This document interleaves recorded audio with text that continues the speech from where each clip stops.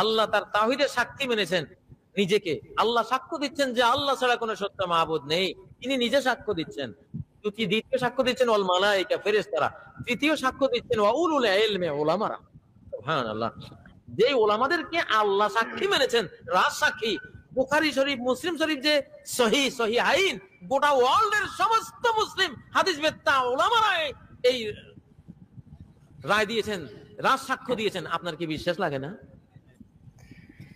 এই জন্যই ভাই বলছি যে উনি বুখারীর সাক্ষী দিছে। আল্লাহ কি বুখারীর সাক্ষী দিছে না? ওখানে লা ইলাহা ইল্লাল্লাহর কথা বলা হচ্ছে, বলেন তো আল্লাহ ওখানে কিসের সাক্ষীর কথা বলছেন? লা ইলাহা ইল্লাল্লাহ। আর ইনি কোথায় চলে গেলেন? আর উনি তো প্রথমেও কোরআনের কথা বললেন, যে প্রথমেই কিন্তু বলছেন যে কোরআনের কথা, যে কোরআন হচ্ছে যে একমাত্র জীবন বিধান হচ্ছে যে তারপরে বলতেছে যে অন্যগুলো হলো সব খুচরা বই। তারপরে হচ্ছে যে তাদের সাক্ষী মতে এখন হচ্ছে যে খুচরা বইগুলা হয়ে গেছে গা মহামান্বিত। বাহ!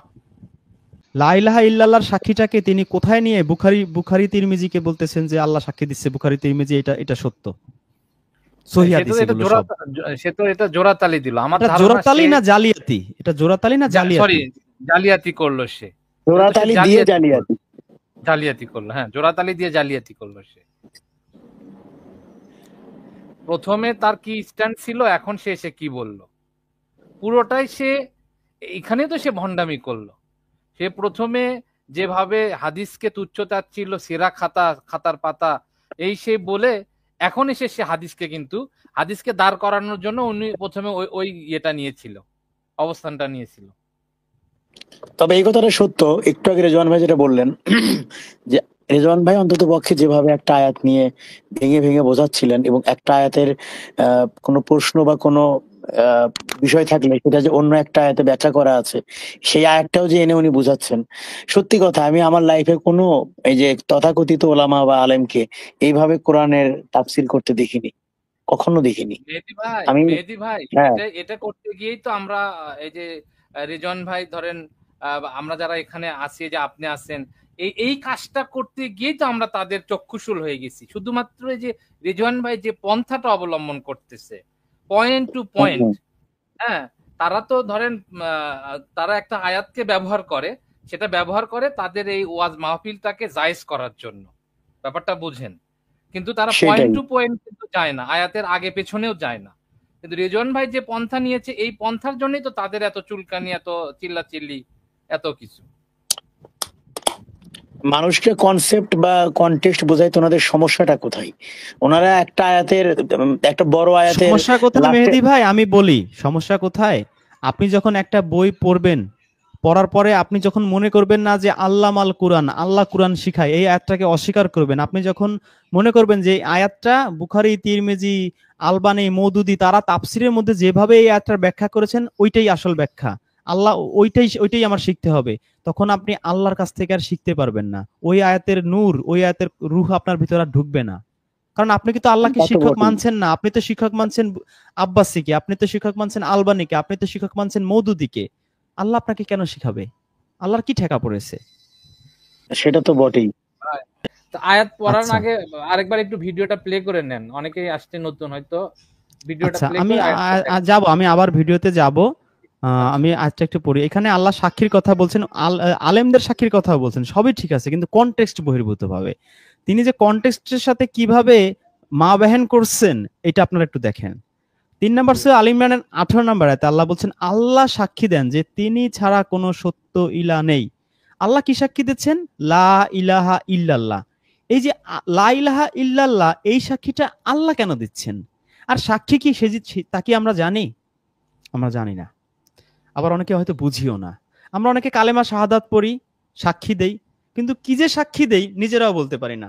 মুখে বলা এক জিনিস, আর সাক্ষী কিন্তু ভিন্ন জিনিস। আদালতে যদি আপনি কখনো যান, আর যদি আদালতে আপনি সাক্ষী দেন যে জজ সাহেব, ওই যে রহিমউদ্দিন তার বউরে খুন করছে, আমি শুনছি আমার ভাতিজার কাছে, আমি দেখি নাই, আপনাকে জজ সাহেব কি করবে জানেন? আপনাকে উল্টা 5 বছরের জেল দিয়ে দিবে। যে তুমি মিয়া চোখেই দেখো নাই, তুমি আসছো আদালতে সাক্ষী দিতে, তোমার ভাতিজা দেখছে বা খালাতো ভাই দেখছে, এটা কোনো কথা হইলো? সাক্ষী তাকেই বলে যে স্বচক্ষে ওই ঘটনাটা দেখছে, ঠিক না ভাই? আপনারা কি বলেন, সাক্ষী কাকে বলে? হ্যাঁ, অবশ্যই তো। নাকি আমি অবশ্যই। আমি যদি আদালতে গিয়ে বলি যে আমি অমুক জায়গায় রহিম তার বউকে খুন করছে, আমি আমার ভাতিজার কাছে শুনছি, দেখি না, আমি ছিলাম ঢাকায়, আমাকে কি পাগল বলবে না কি বলবে বলেন? সুস্থ বলবে কোনো আদালত? পৃথিবীর কোনো আদালত কি না আমাকে সুস্থ বলবে? না না, ওই ওই সাক্ষী গ্রহণযোগ্যই হবে না। গ্রহণযোগ্য তো হবেই না, বরঞ্চ এই যে মিথ্যা সাক্ষী দিতে যাওয়ার কারণে, যে শোনা কথা সাক্ষী দিতে যাওয়ার কারণে আমার আরো জেল হওয়ার সুযোগ রয়েছে, নাকি সম্ভাবনা রয়েছে। এনিওয়ে, হ্যাঁ। তাহলে সাক্ষী দিতে পারে সেই যে নিজের চোখে একটা ঘটনা অবলোকন করে। তাহলে আল্লাহ ছাড়া যে কোনো ইলা নেই, সেই সাক্ষীটা কে কে দিয়েছেন? আল্লাহ নিজেই দিচ্ছেন, রাইট? এক জি। নাম্বার দিচ্ছেন ফেরেশতারা। কেন? ফেরেশতারা আল্লাহর সাথে থাকেন, আরশ বহন করেন, তাই না? তারা নিজের চোখেই আল্লাহকে দেখেছেন। কিন্তু আমরা কি আল্লাহকে দেখতে পারবো? মুসা নবী কি আল্লাহকে দেখতে পারছে? না। পারে নাই। এরপর বলছেন জ্ঞানীরা দেখতে পারবে। তিনি ন্যায় দ্বারা প্রতিষ্ঠিত, তিনি ছাড়া কোনো ইলা নেই, লা ইলাহা ইল্লাল্লাহ, তিনি মহাপরাক্রমশালী প্রজ্ঞাময়। এখন প্রশ্ন হচ্ছে জ্ঞানীরা কি করে সাক্ষী দেবে, তাই না? জ্ঞানীরা তো দেখে নাই, রাইট? ইয়েস। আচ্ছা, আপনাদেরকে আমি প্রশ্ন করছি, আচ্ছা আপনারা কি আল্লাহকে দেখছেন? না। তাহলে আপনি কি সাক্ষী দিতে পারেন? না। লা ইলাহা ইল্লাল্লাহ সাক্ষী কি আপনি দিতে পারেন? না, না দেখে তো দেওয়া যাবে না।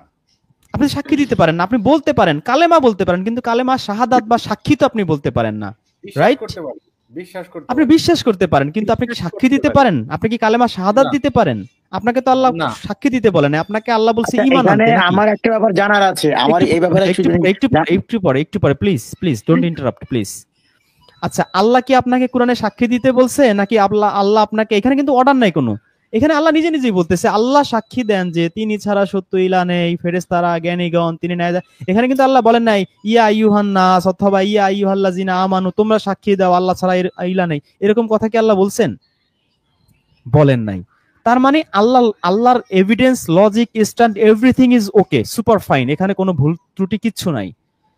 কারণ সাক্ষী আমি দিতে পারতেছি না, কারণ আমি তো আল্লাহকে দেখি নাই। লা ইলাহা ইল্লাল্লাহ তো আমি বলতে পারতেছি না, আরো ইলা থাকতে পারে না? এই জন্য আল্লাহ নিজেই নিজে সাক্ষী দিচ্ছেন, আর কি ফেরেশতারা দিচ্ছেন, কারণ তারা দেখতে পারেন। এখন প্রশ্ন হচ্ছে জ্ঞানীগণ কিভাবে সাক্ষী দেবে? জ্ঞানীগণ কি আল্লাহকে দেখছে? না। এই যে হুজুর বললেন আলেমরা সাক্ষী দেয় লা ইলাহা ইল্লাল্লাহ, দেখেন এই যে আমি যে হুজুরকে বললাম, উনি আসলে আলেম নামের জালেম, কারণ আল্লাহ এখানে লা ইলাহা ইল্লাল্লাহর কথা বলছেন। এখানে কি বুখারী তিরমিজির কোনো কনটেক্সট আছে ভাই? না।